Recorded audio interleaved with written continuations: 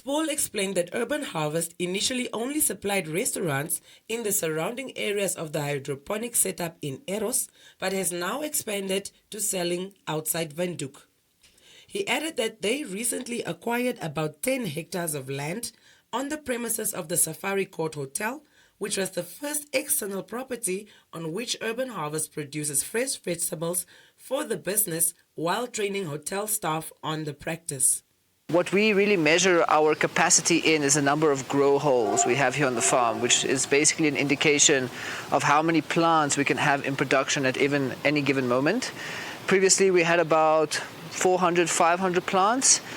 Currently at our capacity we have about 3,000 grow holes now, and we are still in the process of fulfilling the space. By the time it's finished we should have between 5,000 and 6,000 plants growing in this area here, so very high density, almost 100 plants per square meter, and this is because of the vertical farming process which we are using here. And this is where we are now. We're still focusing predominantly on lettuce.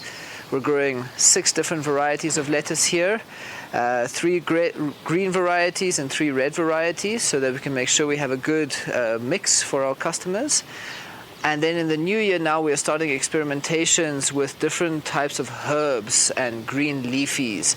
So things like basil, parsley, coriander, rocket, Swiss chard.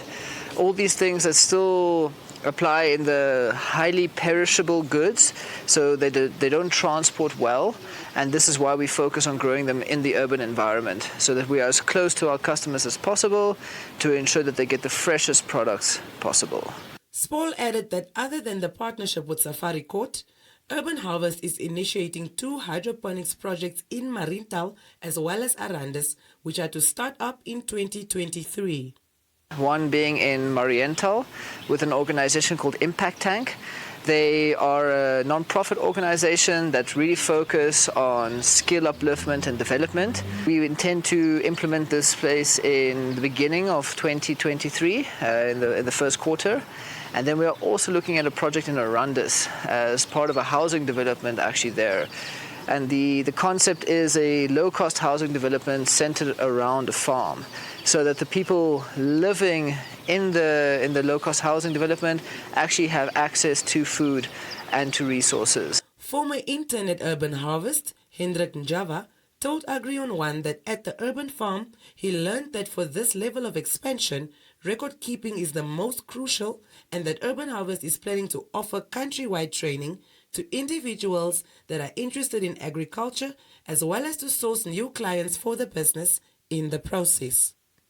The importance of record keeping in agribusinesses and all businesses as a whole, planning, very significant as well, and the will and drive to always improvise for best quality.